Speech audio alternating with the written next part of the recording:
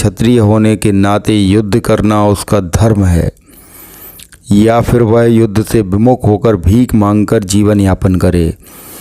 यदि वह शत्रु को जीतता नहीं तो जीविका का एकमात्र साधन भिक्षा ही रह जाता है। फिर भी जीत तो निश्चित नहीं है, क्योंकि कोई भी पक्ष विजयी हो सकता है। यदि उसकी विजय हो भी जाए तो भी यदि धृतराष्ट्र के पुत्र मरते हैं तो उनके बिना रह पाना अत्यंत कठिन होगा।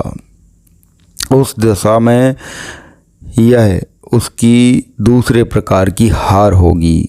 अर्जुन द्वारा व्यक्त इस प्रकार के ये विचार सिद्ध करते हैं कि वह न केवल भगवान का महान भक्त था, अपितु वह अत्यधिक प्रबुद्ध और अपने मन तथा इंद्रियों पर पूर्ण नियंत्रण रखने वाला था।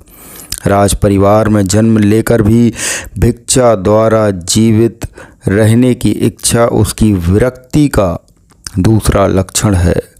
ये सारे गुण तथा अपने आध्यात्मिक गुरु श्री कृष्ण के उपदेशों में उसकी श्रद्धा, ये सब मिलकर सूचित करते हैं कि वह सचमुच पुण्यात्मा था।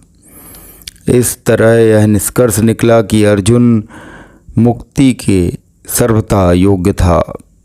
जब तक इंद्रियां संयमित ना हो, ज्ञान के पद तक उठ पाना कठिन है, और बिना ज्ञान तथा भक्ति के मुक्ति नहीं होती।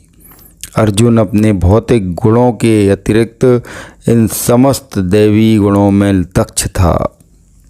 अब मैं अपनी कृपाण दुर्बलता के कारण अपना कर्तव्य भूल गया हूँ और सारा धैर्य खो चुका हूँ।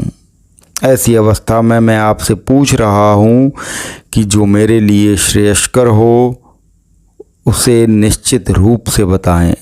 अब मैं आपका शिष्य हूँ और आपका शरणागत हूँ, कृपया मुझे उपदेश दें।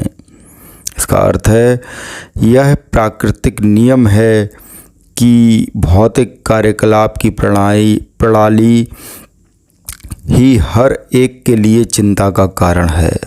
पग पग पर उलझन मिलती है, अतः प्रामाणिक गुरु के पास जाना आवश्यक है, जो जीवन के उद्देश्य को पूरा करने के लिए समुचित पथ निर्देश दे सके। समग्र वैदिक ग्रंथ हमें यह उपदेश देते हैं कि जीवन की अनचाही उलझनों से मुक्त होने के लिए प्रामाणिक गुरु के पास जाना चाहिए। ये उलझनें उस दवाग्नि के समान हैं जो किसी के द्वारा लगाए गए बिना भभक उठती।